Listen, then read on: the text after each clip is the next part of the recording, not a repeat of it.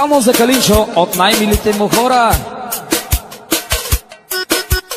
Има ли човек приятел и доколко те са истински, по един единствен начин може да се промени. Кой ще ти помогне на беда, кой за теб ще влезе в огъня? 100 приятели да имаш, ще избягат на мига.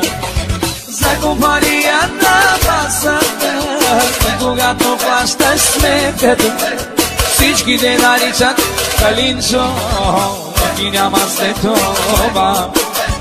Даже телефона си не стига, под тъмната земя.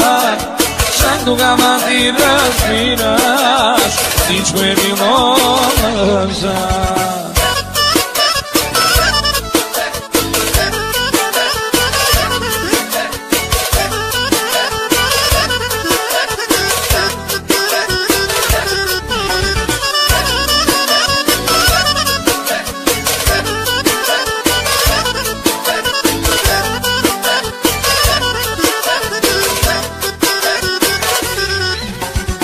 Има ли човек приятел и доколко те са истински, кой каквото да говори, става дума за пари.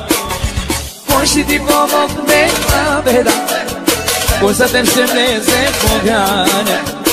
100 приятели да имаш, ще избягат на мига. За компания на масата, когато плащаш сметката, всички те наричат Калинчо, и няма след това. А за телефона си не мига, и под тъмната земя. Чак тогава ти разбираш, всичко е било лъжа.